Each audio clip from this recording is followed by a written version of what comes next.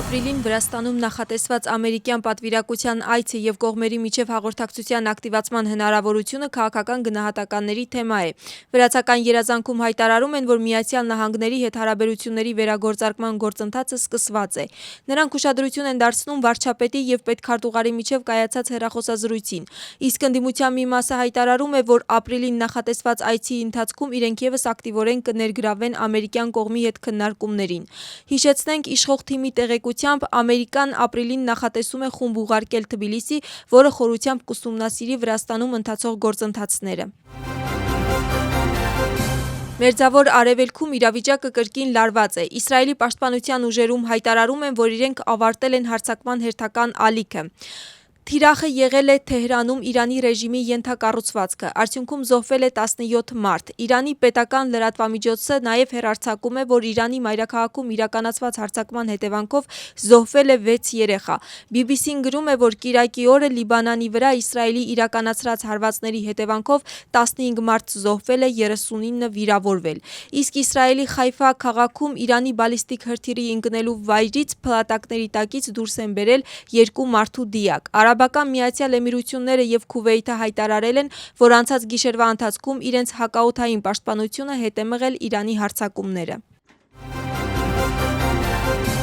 Դոնալդ Թրամփը կոչ է արել Իրանին, որ իրավունք տա նավերին անցնել Հորմուզի նեղուցով, իսկ դրա համար Իրանը ժամկետ ունի մինչև երեքշաբթի, հակառակ դեպքում հարվածներ կհասցնի երկրի էլեկտրակայաններին և կամուրջներին։ ԱՄՆ-ի նախագահը ABC News-ին տված հեռախոսազրույցում հայտնել է, որ ցանկանում է Իրանի իշխանությունների հետ համաձայնագիր կնքել մոտակա օրերին և ոչ թե մի քանի շաբաթում։ Թրամփը նաև հայտնել է, որ չի բացառում Իրանում ցամաքային զորքերի ուղարկումը։ Հարցին կերկարացնի արդյոք ժամկետը Իրանի համար, որպեսզի Թեհրանին ավելի շատ ժամանակ տա խաղաղության համաձայնագրին հասնելու, Դոնալդ Թրամփը պատասխանել է, որ նրանք բավարար ժամանակ ունեն համաձայնության հասնելու համար։ Հունգարիան հաղթահարել է բոլոր առկա ճգնաժամերը, հայտարարել է Վիկտոր Օրբանը և նշել, որ Եվրոպան այժմ մեծ մարտահրավերի առջև է, քանի որ առանց էներգակիրների տնտեսությունը չի կարող գործել։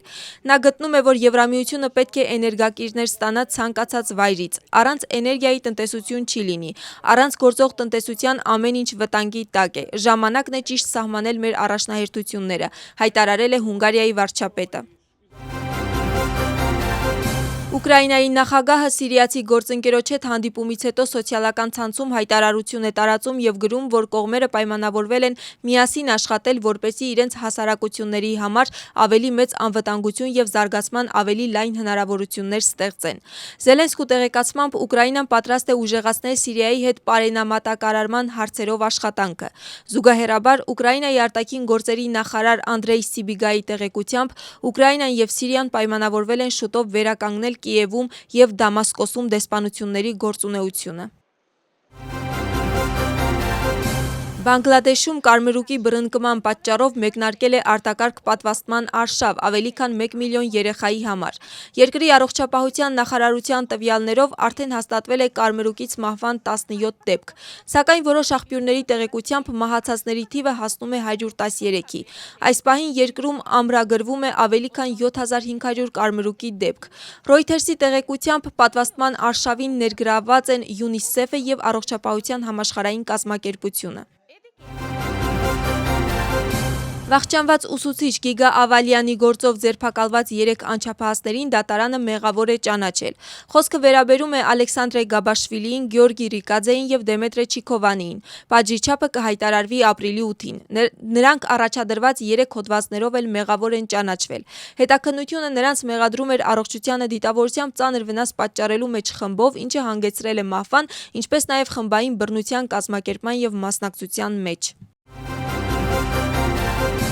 Խմբով կատարված առողջությանը դիտավորությամբ թեթև վնաս պատճառելու մեղադրանքով Թբիլիսիում ձերբակալել են 5 անձանց։ Հետաքննությամբ պարզվել է, որ մեղադրյալները վիճաբանության հողի վրա խմբով ֆիզիկական հաշվեհարդար են տեսել 2 անձանց հետ։ Մեկին սուր առարկայով մարմնական վնասվածքներ են հասցրել և դեպքի վայրից թաքնվել։ Հանցագործությանը մասնակցած 5 անձանց էլ ձերբակալել են տաք հետքի վրա։ Հանցագործությունը նախատեսում է ազատազրկում։